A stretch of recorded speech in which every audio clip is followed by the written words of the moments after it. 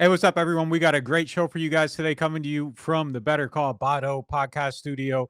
If you need legal help with any of the following car wrecks, offshore injuries, 18-wheeler collisions, Maritime and Jones Act, hurricane and storm claims, you better call Bado at 504-323-4777 or 985-677-1085 for your free consultation and case review, badolaw.com. We are going to get into a ton of topics today covering the Saints, who should play quarterback, where the team goes from here. Can they turn it around? What do they do coming out of the mini buy? All of that and much more. And while you're listening to this, take a ride to our friends, Firehouse Subs on Veterans Boulevard. They are great people, do great things for the community, and they have great food. So that's it. We are going to get into the show right now. Another episode of the NewOrleans.Football podcast.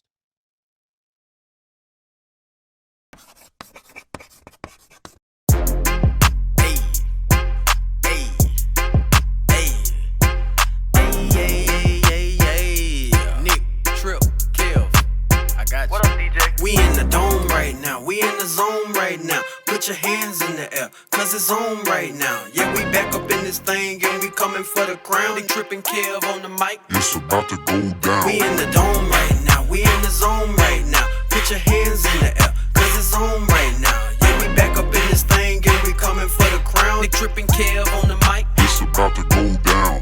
As you can tell, last year it was an off year, but we reloaded and now it is our boss year. A Devo back there, and yeah, we got the badger. Don't forget my son, and don't forget the pass rush. Jameis QB1 dropping down to MT. Ball handed off the Alvin with the quick feet. So when you see the Saints marching, yeah, we gon' trouble you at the Super Bowl party, eating on them double. We in the dome right now, we in the zone right now. Put your hands in the air, cause it's on right now. Yeah, we back up in this thing, and we coming for the crown. They tripping Kev on the mic, it's about to go down. We in the dome right now, we in the zone right now. Put your hands in the air, cause it's on right now. Yeah, we back up in this thing, and we coming for the crown. They tripping Kev on the mic, it's about to go down.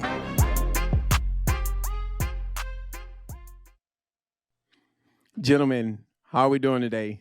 Hey, we're doing. Everybody feeling good. We needed the extra few days off after that Thursday night game. I hope the Saints are as refreshed. I mean, it feels like we put that in the distance a little bit. Feeling good, feeling refreshed, ready to pod, excited to get the show going and see where the season goes from here. Yeah, man. Yeah, it's fun. It's a good day to pod. Nick Tripp and Kev on the mic, and what's up, DJ in the cut. So everybody's here.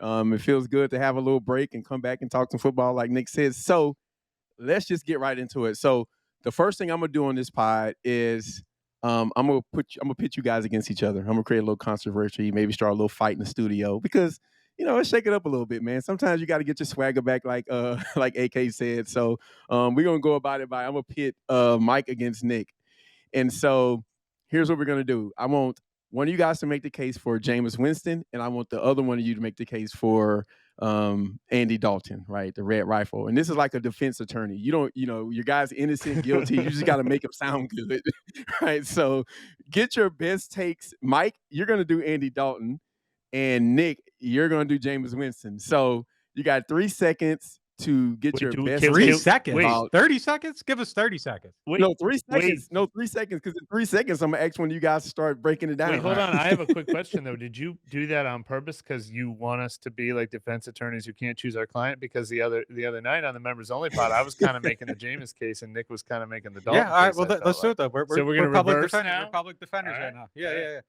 That's why I flipped it up. That's why I flipped it up. You guys are in your comfort zone. You knew what you did last time. So basically, Mike, the guy that you wanted, I chose the opposite guy. Yeah. And same thing for Nick, because it's more fun that way. And I get to do it, and you guys have to take it because I'm the pod host, and you got to do what I say. So let's start with Jameis. He started the season as the quarterback. So let's let him go first. Nick Underhill, tell me why Jameis Winston, whether you agree or not, should be the starting quarterback for the Saints this Sunday. Well, my case for him is that the Saints have the 31st scoring defense in the NFL, and they're playing conservatively right now as if they have a good defense and they need to attack other teams. And I think if you were going to attack on offense, you have a better chance of doing that with Jameis Winston. They got to stop playing like they can be reserved. They can run past their way to victories. They got to go after teams and play like we got to score more points than the other team. And I think if you're going to do that, big playability, Jameis gives you the best chance of doing that. First of all, for the people listening to audio only, Nick turned to me. He's glaring at me like he's like I'm intimidated right now. He's intimidating the witness. Look, I mean, the Dalton case is simple. You said they got to score more points than any other team. Well, over the last 3 weeks, the Saints are leading the NFL in points. You hear Dennis Allen say it over and over again. I like the way our offense is moving. I like the way Andy Dalton is playing, except for obviously the turnovers. The offense has come to life since the second half in London. And my pro Jameis argument would be that, maybe he deserves the chance to prove he can continue these gains because it was his job originally. But my pro Dalton argument is these gains have happened while Dalton's there. And I'll actually steal one of Kevin's points from the other day. I think we all agree that Dalton is probably the best match for Michael Thomas and Jarvis Landry. So if they ever come back, the offense seems even more suited to Dalton. Even though he threw 3 horrible interceptions the other day, he also threw for nearly 400 yards and 4 touchdowns. So he's doing some things right.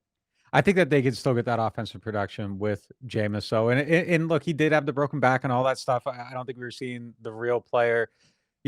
For me, it just really does come down to the simple factor of I think we've been looking at this the wrong way. I think the Saints are looking at it the wrong way. I think they get too conservative in the red zone. They get too conservative late game situations. I think they are playing a brand of football where they're saying we're going to protect our defense and we're gonna rely on the defense to win games. We aren't going to take risks. We're going to save points. They can't play like that anymore. Coming out of this mini bye, they gotta look at this differently. Okay, 7 games into the season, our defense is not that good. Our offense has to score points to win games. Whoever's the quarterback, they got to change that offensive philosophy. I'm gonna steal Kevin's approach here. I'm gonna make you be the jury member here now because I was making the case for Jameis the other day out of fairness. Like I don't think Dalton has been good enough for the Saints to be able to fairly tell Jameis, sorry, you've lost your job. The guy who made those colossal mistakes the other day, the things that everyone always says Jameis is going to do, he's taking your job away from you. But if you're in the jury and you're like, I've got to pick innocent or guilty, I only have 2 choices or whatever. If you got to win this game this week against the Las Vegas Raiders, which quarterback gives the Saints the best chance to win this week?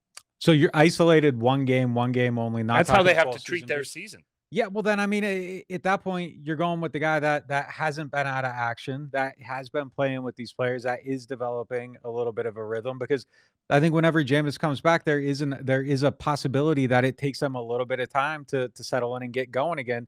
And if it's one game only, and people in Jameis's circle or have been on Twitter saying that he's still injured to some degree, whether that's informed or not is up to debate. These people present themselves as if they're part of Team Jameis.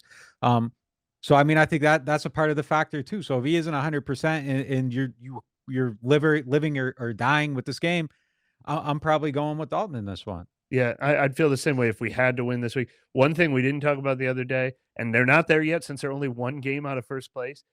If at some point this season becomes about the future and this season's a wash, then Jameis becomes the guy you have to evaluate for the future. He's the guy under contract for next year that at some point you're going to need to decide, are we just moving on from both of these guys next year? But I don't think we're there yet. Look, I mean, Mike. So Mike, I gave you Andy Dalton, and Nick, I gave you Jameis Winston. Mike, I need you to make the case for me that Andy Dalton is not going to continue to turn the football over, right? Because I think that's one of the main things. And if I'm gonna go with Jameis, then at least Jameis seems to have had, we know what the reputation was before he got here, right? And so when we think of Jameis, sometimes people still, they carry that to him. But like you said, if I'm going with your guy, and you're his defensive attorney, I need you to show me, are these interceptions, are they his fault? Do we need to look at each individual interception as a single play and not collect them all together? Like, why should I trust your guy to protect the ball when this team has the worst turnover differential in the NFL, right? So why should I trust Dalton for that? Well, it's a really good point. I actually think the turnovers are overblown as part of an argument against either quarterback. I actually think some of Jameis's turnovers this year were pretty forgivable down in the fourth quarter, trying to make something happen, especially against Tampa Bay. and he proved he could kind of avoid the turnovers last year. I don't think Andy Dalton is a turnover machine either, just because we saw him have 3 interceptions in the first half. The first one was his worst decision of the season, no doubt about it. Throwing that interception in the end zone, he had no business making that throw. Second one bounced off Marquez Callaway's hands. The third one, half and half blame. He got hit as he threw, but he should have had the awareness that a guy was about to hit him. But I don't think any of us think Andy Dalton is a turnover machine. And I think the one thing we have seen from him is he actually had a great line, which he could have been Jameis Winston's coach. He said, "You can't be bored taking the throws that the defenses are giving to you." He said that after they played Minnesota and they sat back in that too high shell against them over and over again. He goes, "You got to be willing to throw the passes to Alvin Kamara." Dalton has proven he can do that. He's thrown 6 times a game to Kamara. I know he'll throw slants to Michael Thomas and intermediate routes to Michael Thomas and Jarvis Landry. That's the one thing Jameis Winston has not proven he can do, and that's the one thing Jameis Winston absolutely has to show a willingness to do if he ever wants to get this job back. All right, I like that. Nick, I need you to tell me that your guy can get the ball to, Mike Thomas when he runs a quick slant. What about, Jarvis Landry when he runs a quick out route? Can he get the ball? Can he get the ball out fast, get the ball out with time and rhythm, and not hold the ball in the pocket for a long time? Is that something your guy needs to work on? Yeah, it's something he needs to work on. He hasn't proven it yet. So until he does prove it, I mean, I think it's a significant issue for him that he needs to solve. And that's going to be the difference between him winning this job or losing this job. And ultimately, though, Andy Dalton can't do some of the things Jameis can do. So, I mean, there's elements that Andy does better. There's elements that Jameis does better. The one thing I would say is that with Jameis, 3rd and 15 doesn't feel like a down that's that you lose automatically. And I think that's something special about him. He can beat cover 2. There isn't really prevent defense against Jameis Winston because he can put that ball where he has to put it to actually beat it. Andy Dalton has no hope of doing that. So if you get to 3rd and 15, there's a false start and you end up in one of these situations, you're hoping that your screen pass, somebody misses a tackle and you get the first down. That's the only way you're really going to convert there. So there is upside to Jameis that Dalton doesn't give you. There's downsides to both these guys that the other one doesn't give you. I feel like they're very similar in the holistic, but then when you start breaking down the parts, each one has different things that they do better than the other. The team needs to figure out which one of those traits really changes things for them. Do they want to be this rhythm-based offense, or do they want to be a run-based team that has the deep playability? But I don't think you're getting everything with either one, and that's why they were looking for quarterbacks this offseason, and that's why they'll be looking for quarterbacks next offseason. Well, you know what the funny thing about this whole debate is, and we've said this a number of times now, I don't think any one of the 3 of us think this is the biggest problem with the Saints right now. No. The offense has been encouraging lately compared to all their other woes. I know that's hard to say with the turnovers they've been making, but last year at its low point, the Saints offense disappeared. I mean, we were watching those games like when they beat Tampa Bay 9-3, when they lost 5 straight games in November of last year, where it just felt like they couldn't score a touchdown if their lives depended on it. The offense just couldn't move. And that's when I really missed Jameis. And I was like, the good thing about Jameis was he proved he could, let the run game and defense win a game. But if you needed points, Jameis could provide them. That is not an argument against Andy Dalton right now, though. This offense is getting the ball downfield. And my closing argument, if I'm really making the case for Andy Dalton, we say Jameis is the deep ball thrower.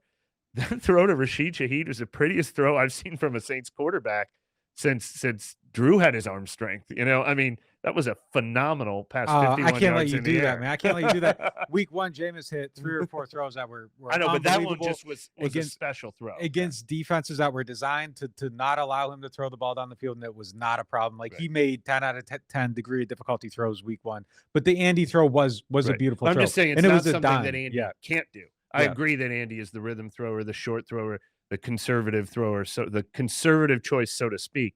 But that doesn't mean deep balls have to be removed from the playbook, as he proved. Yeah.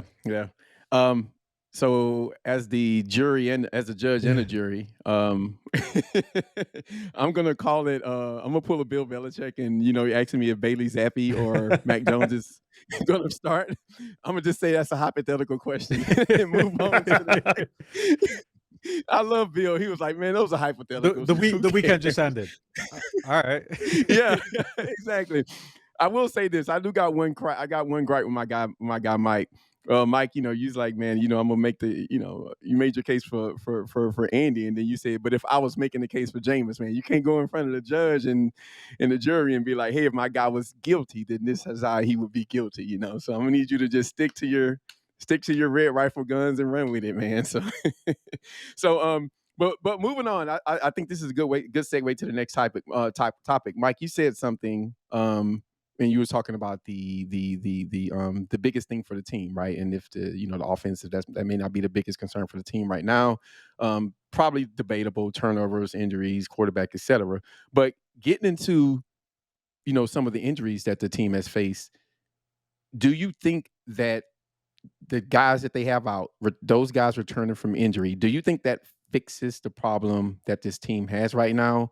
Or is it just part of, is the talent enough to overcome some of the deficiencies that they're having as a team? Or is it going to take more than that to kind of get this team back to where they thought they were going to be at the beginning of the season? Yeah. A healthy secondary still, I don't think this defense is going to be elite. We thought the defense was going to be elite. I don't think the defense will be elite, even if they have all of their, I'm trying to think, can they get all 11 of their projected starters back? Is there anybody that's gone for good? I don't think there is. That's over. But they are way more competitive. You give me a healthy secondary. I'll even let Michael Thomas and Jarvis Landry miss another month if you can just give me a healthy secondary. I need to know what it looks like. I'm a little concerned that they've lost too much talent on the secondary from Marcus Williams and Malcolm Jenkins and C.J. Gardner-Johnson.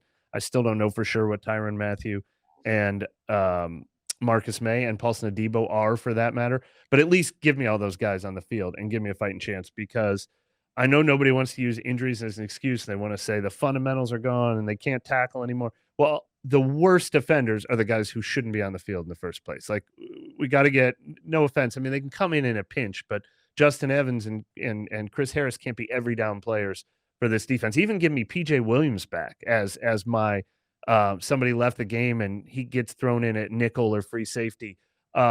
They've used 9 different starters in the secondary, and it's killing this team. It's absolutely killing this team. Give me instead of the 31st ranked defense in whatever category you suggested, the team that is leading the NFL and giving up deep plays, give me a medium defense that gives you a fighting chance at least. That's number 1 on my list. The worst thing about where they're at in the secondary is that safety is the one position they have drafted and developed better than any other position on this roster. Every single time they go to that position, they hit.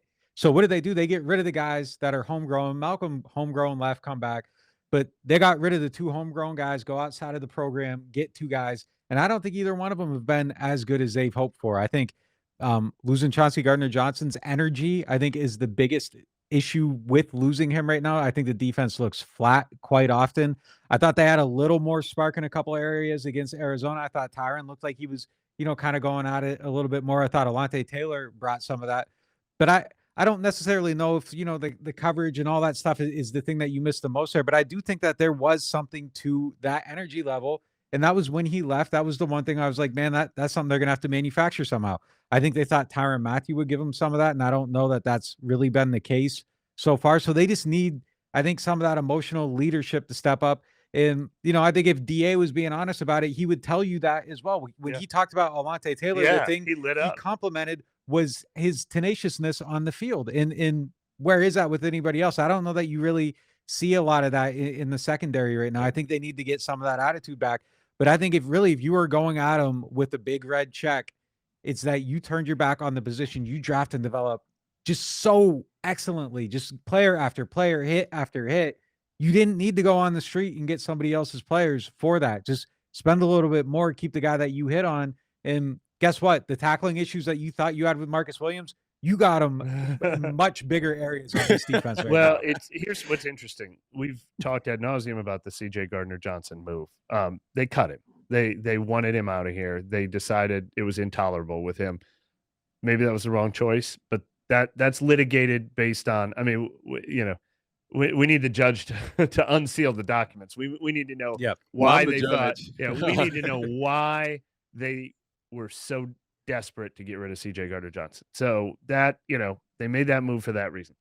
The big question mark. Mike, before you Yeah. go, Mike, before you keep going, just let me just give you a slight question to your Yeah. point you just made. They got rid of him. It feels like, right, as bad as it may have been, and I don't know if it would have been bad or good if he was on the team. I don't think it's fair for me Yeah. to compliment if what he was going on with him off the field, because I don't know.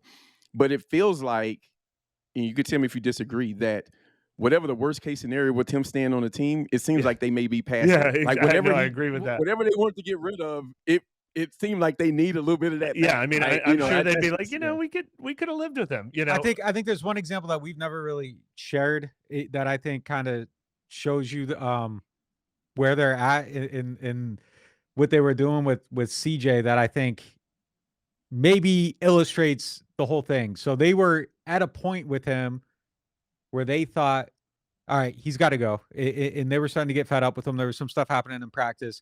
And then DA makes this point about him having cramps at practice one day. And he says that CJ then tweets about it saying, I'm from Florida. None of this is true, blah, blah, blah, blah, blah.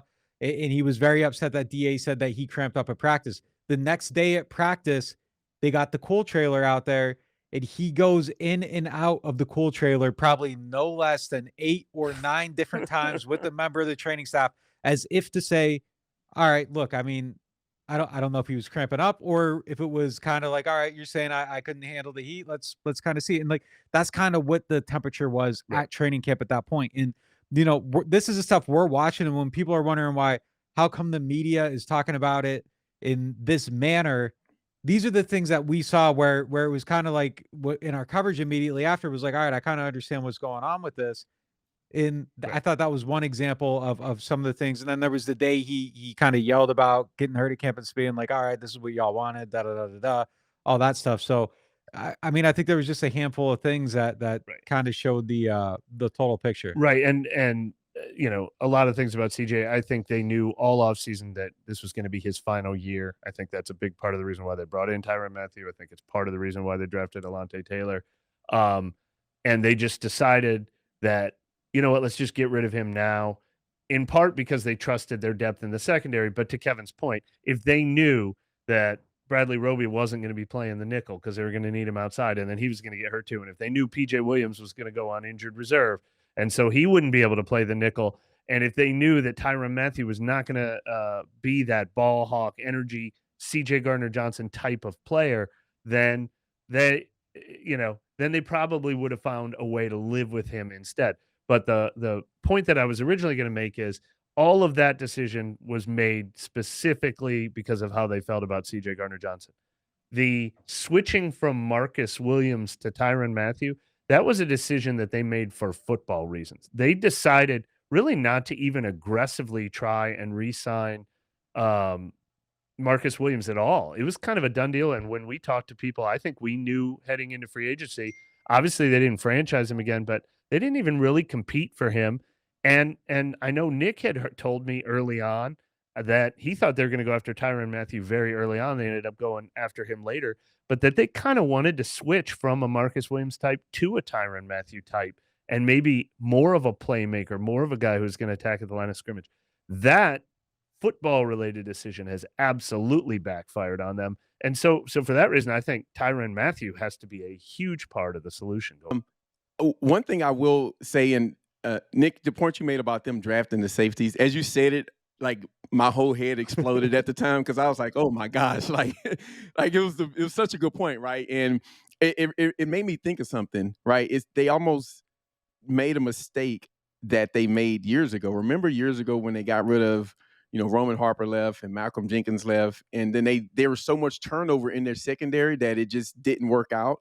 And I'm not saying it's as bad as that situation, because that ended up being, there was a bunch of guys on the team that were just, but it just kind of reminded me of that, like when they just totally changed their safeties, and that you had a guy in house who was good. You should have kept, Malcolm Jenkins over Jerry's Bird, obviously. And then, Harper was probably at a point in his career, I guess you can understand that, but it just seems like, they did lose something with those guys, right? In the other case, it was leadership, but in CD's case, maybe it was just, energy and attitude that he brought to the team. And, you can, I could, with with Marcus Williams, and you basically drafted and developed him from scratch. So just to let him out the door was a bad decision from the start. But it did make me think about kind of what happened a few years back when they decided to move from some of those guys. So just moving on, the expectations of the team, right? They're coming off of, it's not a bye week, but it's kind of like a mini bye, right? You play on Thursday night, then you get that Friday, Saturday, Sunday off, and then you kind of circle back around to the Monday as a regular week. Just a few areas I have listed here. What's your expectation of the defense? And Nick, you can start this one off. Coming out of this bye, what are you expecting of the defense? Do you expect them to be better? Do you expect things to kind of stay the same, slightly better, get closer to what they were last year? Just like DeMario Davis gave this great speech yesterday. I believed him. The guy just talks, and I feel like he should be a preacher, right? I was like, man, just sign me up. You give me the PayPal link. But yeah, like, what do you expect for them coming out, right? Because it's it seems like they've done a little soul searching, and I think that was due 3 weeks ago. But here we are. They should be better. I mean, if this defensive staff is what we think they are, they should be able to get some of the stuff to turn around. They hired a defensive head coach. He should have the ability to identify the stuff that's wrong and get that turned around. I do think that there is an element of a talent issue in some spots. I don't know that magically your defensive line is going to be significantly better, specifically the interior defensive line. I don't know if there's a cure for that. Some of the tackling, I think, is kind of on coaching and fundamentals and stuff getting away. And then on some other situations, I think that just some of these guys might not just be that good. I mean, there's some guys missing tackles and taking bad angles that probably weren't on teams, solidified because they had some of these issues. So I think it's a little bit of both. I think your safeties need to do a better job of working together in busting coverages, kind of going back through it. I mean, I saw a handful of plays, just watching big plays where the safeties aren't sinking the way they're supposed to sink or providing the help they're supposed to provide. I think that both those guys are smart and have good enough range that stuff can get fixed. So I think if there's some self-scouting taking part there, those issues should get solved. So I think it should get better, but I don't think that there's this to use the DA phrase, the magic pill that's going to make them top 10 in the league. Like, it's just, I don't think that's going to happen. Marshawn Lattimore is about as close to a magic pill as you can get, though. I mean, he helps a lot, but he doesn't. Going from the secondary we just saw and removing the worst player from that secondary and replacing it with a healthy Marshawn Lattimore is as close to a magic pill as there is. So that is a reason for hope. But you're right. I mean, I said at the top of this podcast, they're not getting back to elite again. That's just hope that they stop being the worst defense 31st in the league over the last 3 weeks. Yeah, you don't drop Marshawn and suddenly elevate. Like they lost the Minnesota game because they targeted their best player against the Saints' best player. So like there's just a handful of plays that I think he's a huge eraser, but I think that there's still issues with or without him around him that need to get solved. And they got to figure some of that stuff out. But I think the safety play can be more organized, be a little bit better. There could just be more engagement overall in the secondary, I think. And then, some of the stuff on the defensive line just isn't going to change. Well, to that point, though, one thing that Dennis Allen said, and I know everybody hates everything Dennis Allen says because it sounds like an excuse, but I will put this in the explanation category. When he was talking about injuries, the specific question was, why aren't you forcing more turnovers? And he said, here's a lot goes into what we need to do to force more turnovers. First, he said scheme is part of it. And then he said, you got to play violent, aggressive. Like, I can't remember everything he said, but, he said that tough and gritty, tough and gritty and physical and competitive. He said all those things, but one of the things he said was, and we got to get more aggressive. And he said, when you have all the injuries in the secondary we've had, it's a little harder to get aggressive up front. We know this. Speaking of Roman Harper and Malcolm Jenkins and Jabari Greer and Tracy Porter and Greg Williams, the more you trust your secondary, the more aggressive you get up front. Right. When you don't trust your secondary, you play more conservative up front. So first of all, I think Marcus Davenport is going to be a big reason for optimism in the second half of the season. I think he's still playing pretty well, but I think there'll be more production. He's still playing well, but not well enough, though. I think Cam Jordan, DeMario Davis, Pete Werner, there's some good things to like in the front seven. So if they feel comfortable being a little more aggressive up front, I think actually the defensive line can be better. But I agree. The interior against the not run is a problem. I'm not nearly as low on the pass rush as everybody else is. I mean, I still see a lot of pressures. I know there's still a big 0 there next to Davenport's name, but the pressure numbers are there. He is impacting plays. I know people are listening to this rolling their eyes right now because they want to hate everything about him, but like he is still impacting games. Not enough. He's got to be better. He's got to turn that around. But I don't see the anemic idea of the pass rush that I keep reading about on Twitter. I think that's a little bit overblown. But that interior, I just don't see it improving. I think they just have who they have there, and you're talking mostly they're going to have to the get run, some of too. those guys. Everything, pass rush, run, everything. I think their interior defensive line just kind of is what it is at this point. And look, I think that there's some to the aggressiveness. There's probably some stunts and twists and games and stuff you can do up front to maybe get Onyemata free to make some more impact in the pass rush. But overall, I think that's a very, very mediocre part of the roster. I agree with that. They're going to have some guys that are defensive ends rushing inside to get any pressure there, in my opinion. I just don't see anybody has interior next to their lane. They do have, that's what Kentavious Street can do. That's what Tano Passignon can do. That's what Peyton Turner can do if he gets healthy. But obviously, none of those guys feel like erasers. Yeah, they don't feel like solutions. Just a quick aside, both of you guys, this is fun.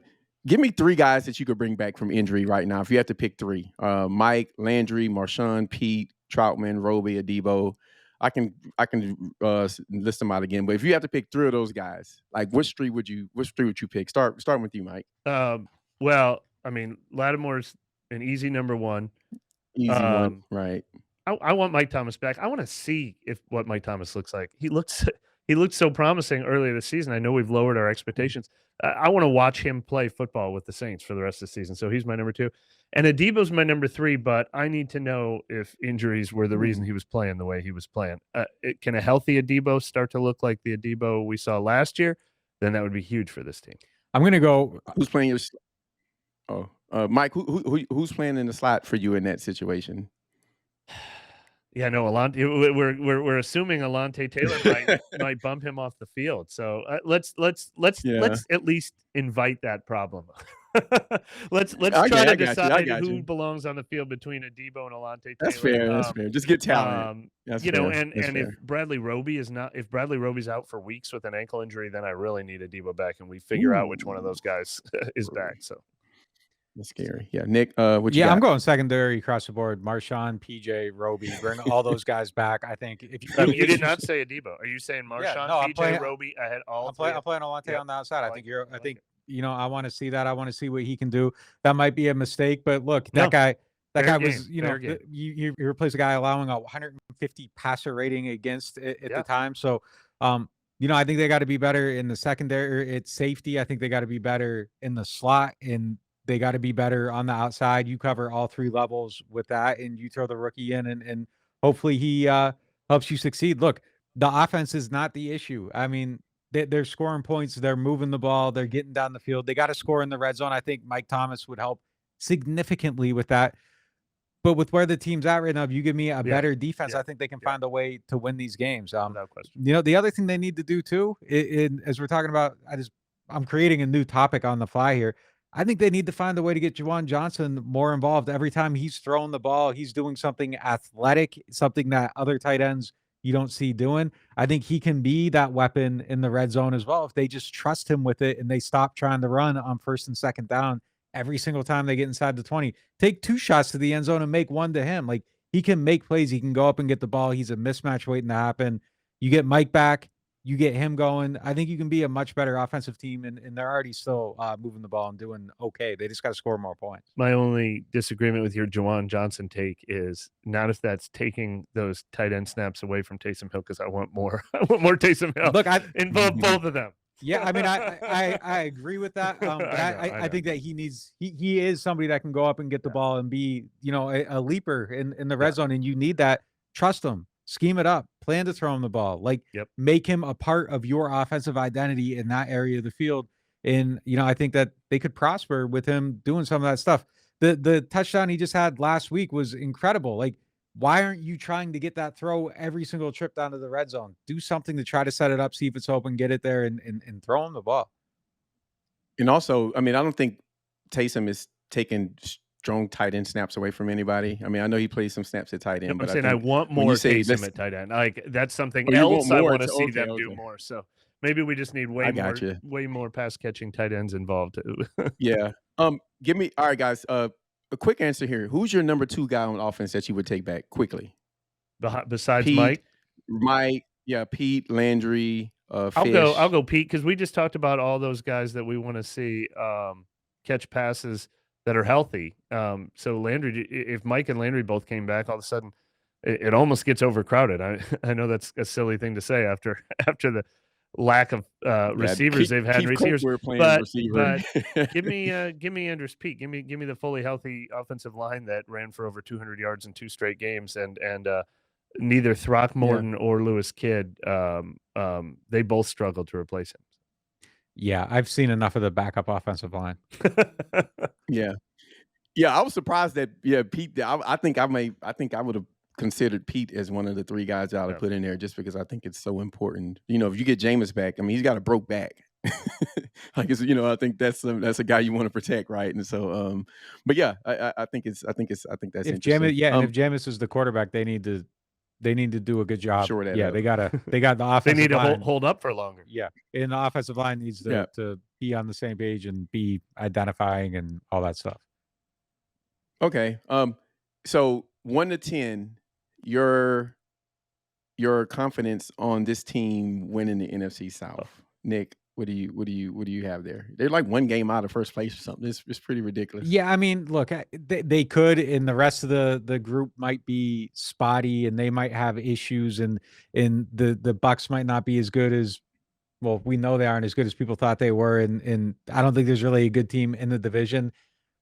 But I can't look at this as everybody else and what everybody else is going to do. What I've seen from the Saints, they don't look like a team right now that's going to go out and take anything, and they need to go out and take this if they want it. Now, they could get there. I'm not I'm reluctant to stop this take in public, but I'm not as Don't do it, I'm bro. not as negative on them as everybody else. I think that there is a place where they could figure things out and start winning enough games to be 7-9, 8 and whatever, what is it, 7-10 now? 7-10, 8-9, yeah, whatever. I think they could play 500 or a game better than 500 the rest of the way if they figure everything out and everything bodes their way and they turn it around. I think the offense is close enough. I think the defense can be better than it should have been.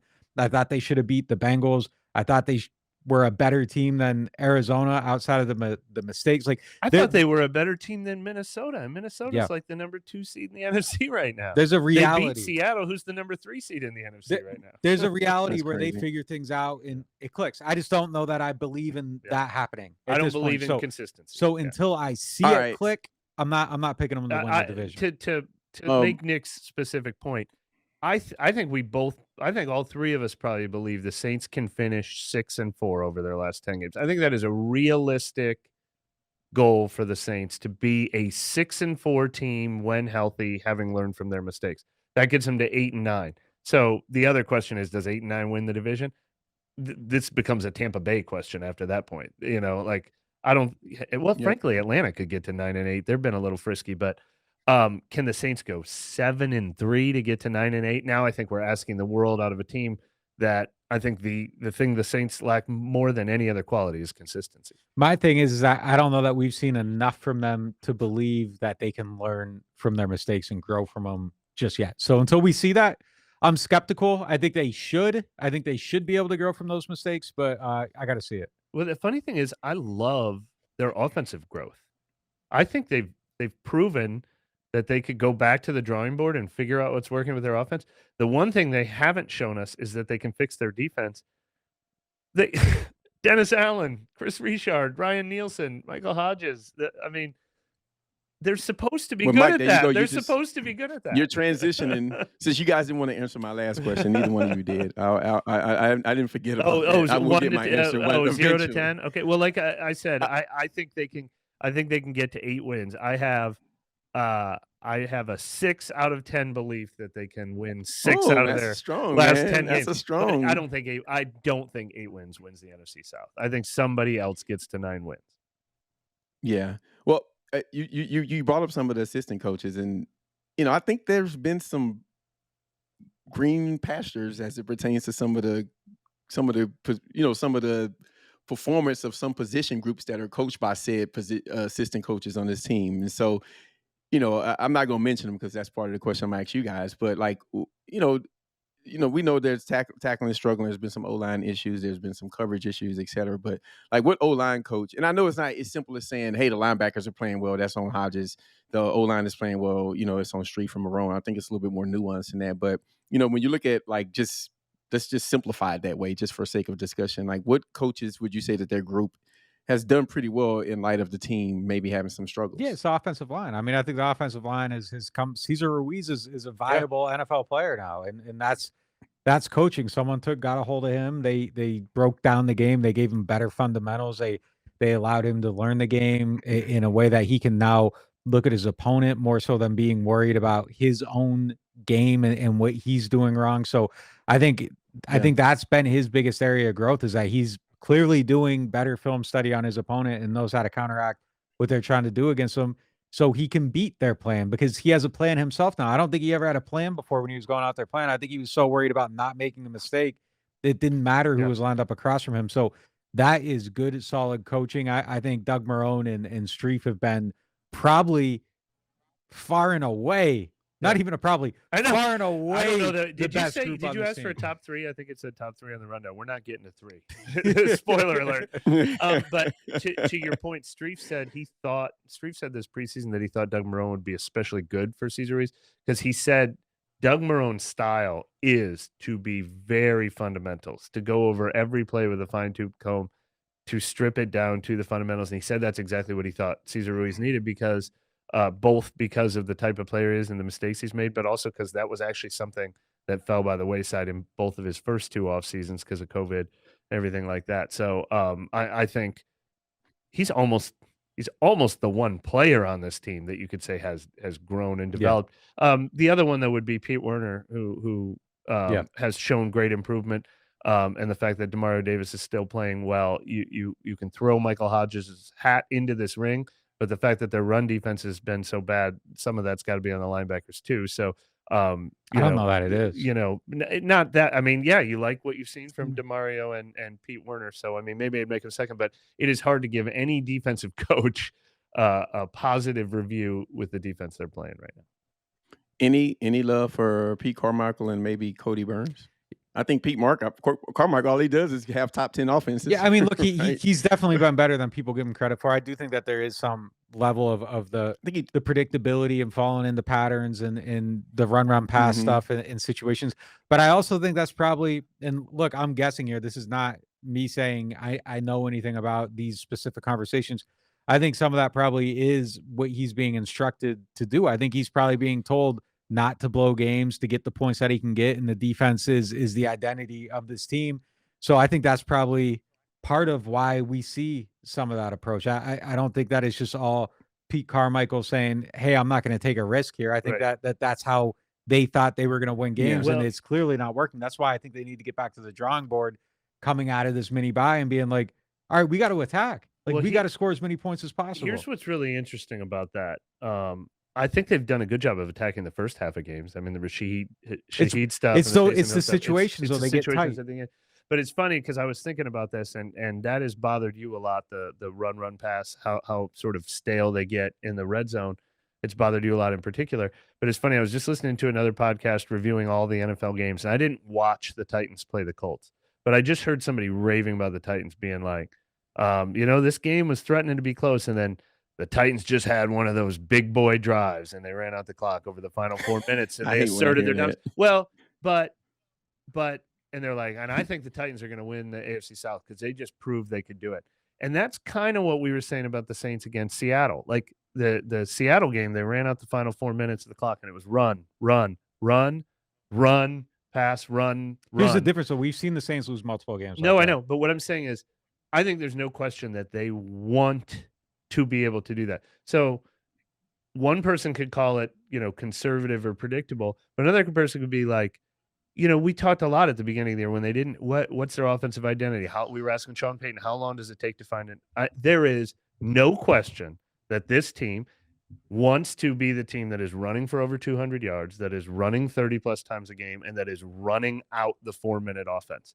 So I guess the question is, how soon are you supposed to give up on that? But there is you don't have to give up on absolute evidence that that's what they want to be. You don't have, and they can want to be it, but it isn't working as well as it should. And you don't have to give up on that when you get to the red zone, you can still try to throw a pass into the end zone. You don't have to be like, oh my God, we can't make a mistake, so we're only going to throw once when we're down here. And that's what they're doing. But when you get in those situations, you have to attack. And look, there are multiple studies that show 2nd and 10 runs are among the worst plays you can run in the NFL, and they love the second and 10 run. So it's just almost like they're giving away downs because they're getting in these situations, and it's well, we're not going to make a mistake, man. We didn't get enough on first down, so we can't get 10 yards over the next 2 plays. And they can. We've seen that they're a good offense. The poison of their thinking is they're allowing themselves 1 run per series. So if they throw on first down and it doesn't work, they're like, all right, that was our throw now. Or, one throw per series. So it's like if they run on first down, then they'll throw on second down. If they run on first and second, then they'll throw on first. But it's like this team refuses to throw on multiple downs within a series of plays because they want to run the ball. So they want that to be what they do so bad. Yeah, I mean, I think you can be a running team and still have an attacking philosophy, but I think they are a running team with a conservative philosophy. So they can be what they want to be. I think there's a lot of evidence that shows right now that running is actually having a resurgence across the NFL. It's just anecdotally watching games. It just kind of feels like it's kind of shifted back towards that a little bit. I think that's probably the answer to linebackers getting smaller and teams playing more nickel and all this stuff. And now it's like, well, wait, we can go out and bully these 200-pound linebackers. And I think teams want to do that. I think the Saints do it well. I don't think they should abandon that at all. I think almost everything they should do should be balanced off the run because I don't think you have the quarterback to be a quarterback-centric team. But again, you can be situationally aggressive while playing within your identity and still try to score points instead of having it feel like every single time you're afraid to lose 3 instead of trying to get 7. Yeah, no, there's no question. I mean, and I guess I'm just playing devil's advocate because obviously everybody wants the team that can run at will on an opponent. And this is what it looks like when that backfires. Yeah. Yeah. And interesting enough, there's no team in NFL that can do it. Like even when you consider teams who are the best, like the Titans, like they have these weird stretches where they just can't run the ball. It expires. And then, Henry would bust the long one. Yeah. So it's a I think, I mentioned I don't think I wouldn't put him as like one of the guys who's just group is performing like really well, but I think Cody Burns, I think he's done something. I mean, I think, you got Shaheed, which, I mean, I don't know how much credit he gets there, but he's a wide receiver and he's young and he's made a couple of plays. I think Olave's played really well. And the thing I would say about it is he's not had Mike and Landry pretty much all year.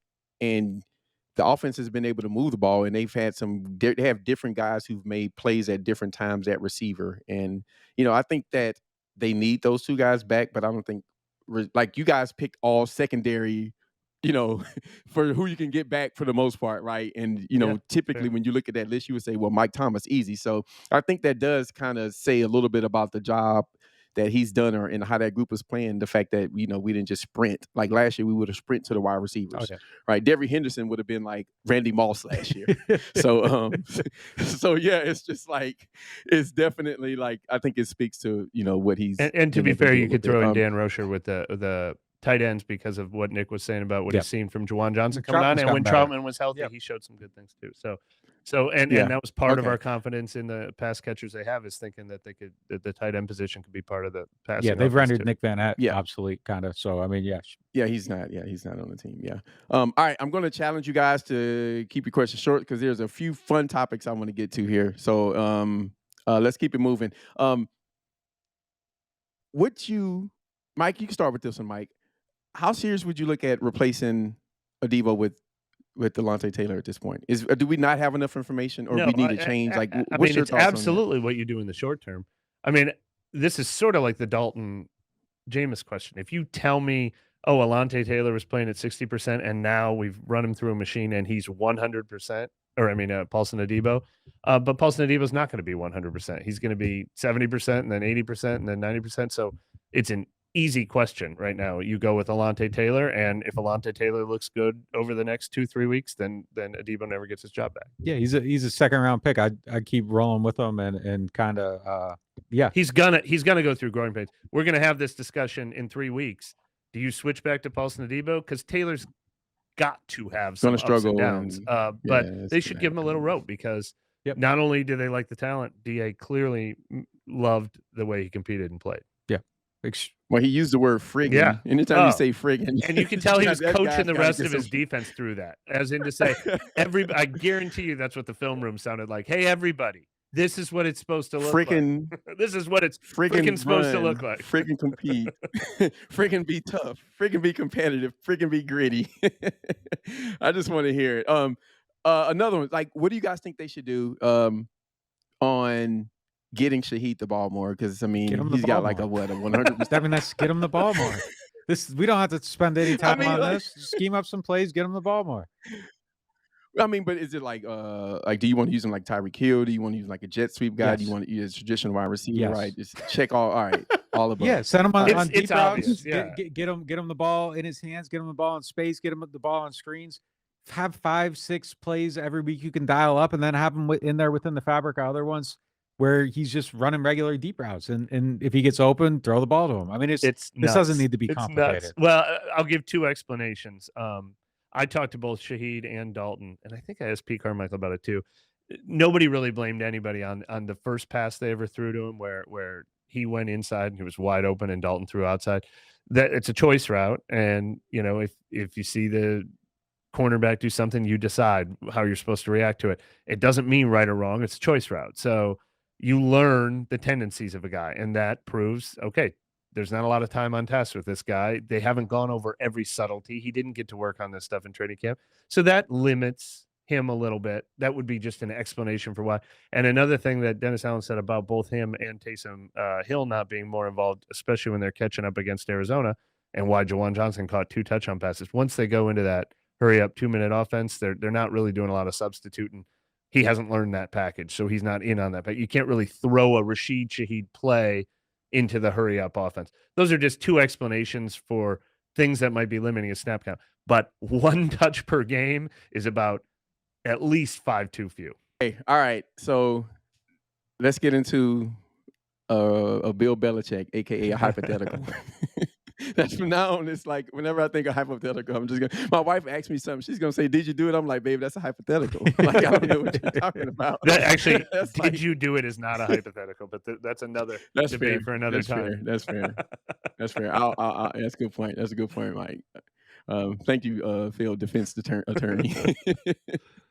All right. So, if you're the Saints, would you trade for Mac Jones or Matt Ryan? I'd trade for either, man, or both. Like, look, I know Mike's going to disagree with me on this because we've talked about these situations before.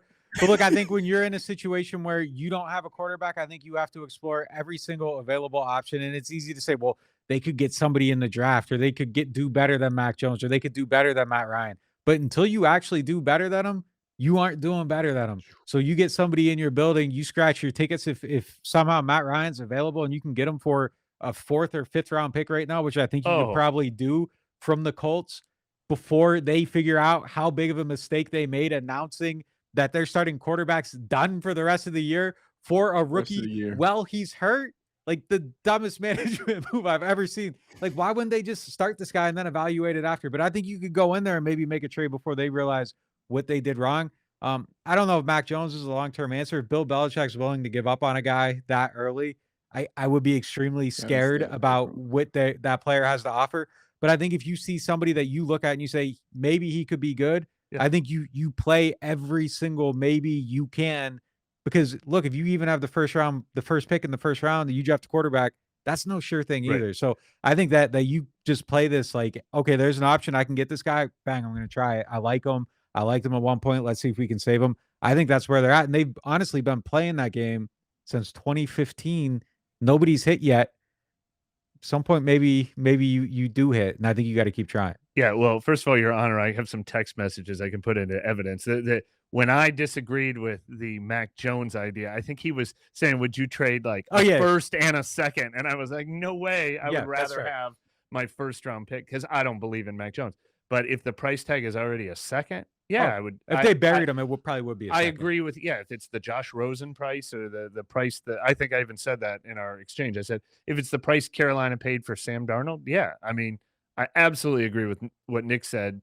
get as many young quarterbacks in there. I'm not messing around with Matt Ryan. I mean, I guess maybe if they give him to me for free, but does he even beat out Dalton and Winston at this point? I mean, maybe, but I'm not investing anything in bringing in a third, guy who isn't the long-term answer. But yeah, I would, and I actually think this is an exciting opportunity for the Saints coming up because we've mentioned this. People think there's going to be 6 quarterbacks drafted in the first round next year, and we know the Saints have already blown their opportunity to get one of those 6 quarterbacks by trading away next year's first round pick. But who's going to be out there? Is Zach Wilson going to be out there? Is Mac Jones going to be out there? Is Justin Fields going to be out there? Probably not after he looked good the other night. But I think there is a path to. Is Aaron Rodgers going to be out there? I don't want Aaron Rodgers on this team either. I think thinking this team. Okay, so Aaron Rodgers, who's going to go 6-11 this year, what would he be surrounded by on the Saints next year? I liked your Mike Thomas, Chris Olave, Mike Thomas, Kamara, Chris Olave. That's how they got themselves in this trouble in the first place. Thinking, I would 100% I mean, take sure, Aaron Rodgers. maybe, but that if would the price is right. be like a 1 year. Yeah, if the price is throw right. everything into this season plan. But I'll say this: I think if Aaron Rodgers is the quarterback, this defense automatically becomes good again. Yeah, no kidding. They'll find a way to be good again. That's what happens when guys like that walk into the building. Everybody else gets what better. Is this? Yeah, that's fair. This is such a stupid hypothetical because what do the Saints look like if their quarterback costs $40 million and they gave up 4 draft picks to get him? Like that. That's my only. But the point is, quarterback is. Look, unfortunately, I think we're gonna have 10 weeks of podcasts to come where we're talking about nothing but the future. I would pay $40 million and 4 draft picks for a quarterback, but he couldn't be 38 years old. Yeah, exactly. Exactly. But for one stone is prime. But quarterback is it. Like every player on the current roster, except for a couple of the young guys, don't need to be a part of the future. Like after this, we talked about they went for it one more time while they still had a lot of veterans still in their prime that are getting older. After this season, it's all about the quarterback for this team. Mac Jones could still be solid too. Yeah, I mean, he's got a defensive coordinator. Second round pick for as Mac Jones. We can handshake on that right now. Yeah, I would do a second. First, I just looked it up. Rodgers has a $150 million guaranteed over 3 years. Oh yeah. He's got a lot of money. How they gonna do that? Yeah, I know it's the Saints, and they just got what was like the signing bonus? What's the signing bonus on that though per year? Oh, I'm gonna have to let you write a NewOrleans.Football article on that. So the base salary is the number that you'd be looking at on that. I mean, so you give me a time machine though. I want Aaron Rodgers to be the quarterback on this year's team, and I want to start this thing over. If you tell me that Aaron Rodgers wants to play till he's 45, I mean, maybe. I'm just very worried about the future of this team, but that's for another podcast. Like if he's aiming for 45, that means he's doing everything to keep his body right and all that stuff, and he's such a unique individual that I could just see him. I mean, look, it wouldn't even be weird if he quit. But yeah, if he was just like, if he showed up, if I opened Twitter tomorrow morning and it said Aaron Rodgers doesn't want to finish the season and he retired, I'd be like, oh yeah, that doesn't surprise me. Like he's just such a unique individual that I could see anything happening. Well, Vontae Davis for the Bills set the standard. So it's not unprecedented. He was like, guys, I'm done. Yeah. Like forever. So I wouldn't be surprised if Brady and Rodgers didn't finish the Brady's season. Brady's going to play. I saw. I don't know if someone was making up, but I saw a meme the other day that like Brady, no plans of retirement. Like, all right. Bruh. Brady tried to quit early this year, and then he didn't. He tried to tell us he was retired. I wonder if he wanted to go to Miami. Yeah, I wonder if Sean Payton goes to a team without a quarterback where Tom Brady's going to be playing next year if he wants to keep playing. That'd be interesting. Well, that's one way to get around those. That'd be interesting. Yeah, that's one way to get around it. All right. Well, it was fun speculating, but that's where we're going to hang it up here. Man, good pod. It was fun. We covered a lot. There's still some other stuff on my list we didn't get to, but man, when the topics, when the conversation get good, we let it flow. So thank you guys for supporting us. If you are not supporting NewOrleans.Football, I don't know what you're doing, because I just think we give you a product that you should support. And I'm a little biased, but that's just the way it is. So go to NewOrleans.Football /subscribe, pick a tier, sign up. The latest article is from Mike on the site. You guys know the frequency and the velocity of the content that we put out. So support us. We appreciate it. We need you guys. Tell someone if you already subscribed. You guys be good. Be safe. Thank you guys for listening. We will see you next week. We out.